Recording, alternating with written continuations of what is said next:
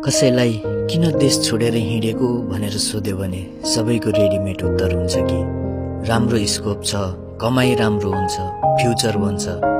अनि कागजमा हेर्दा त यो कुरा ठिकै पनि हो, तर त्यो रेडिमेड उत्तरले त्यहाँ भित्रको एक्लोपन र लफडालाई समेट्न सक्दैन।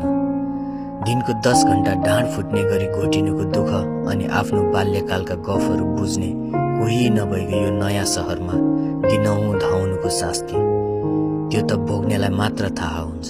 भन्न त हामी पैसाकै लागि विदेश आएका भन्छौँ, तर वास्तवमा हामी यहाँ आफ्नो र परिवारको हालत बदल्ने एउटा बलियो दाउ खेल्न आएका हौँ। घरका मान्छेको भोलिको राम्रो होस् भनेर हामी आफ्नो आजको सुखलाई माया मारिदिन्छौँ।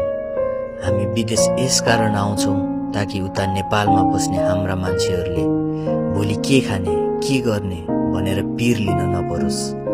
विश्वास र इमान्दारिता नि यहाँ आएपछि मात्र थाहा हुन्छ। यो केवल गफ दिने शब्द मात्र होइन रहेछ।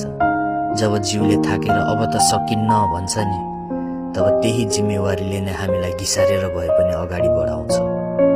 यो एउटा यस्तो भित्री सम्झौता हो जहाँ कतै टाढा एउटा बलियो जग बसाल्नका लागि आफ्नै घरको आँगन र रमाइलोलाई त्याग्नु पर्छ। हामी यहाँ खाली ठाउँ फेर्न मात्र आएका होइनौँ, हामी त उता हाम्रो बाटो हेरेर बसेका मान्छेहरूको जिन्दगीको कथा बदल्न आएका हौँ। अनि त्यसका लागि खाएको हरेक खण्डर र हिँडेको हरेक पाइला एकदमै वर्थ इट छ।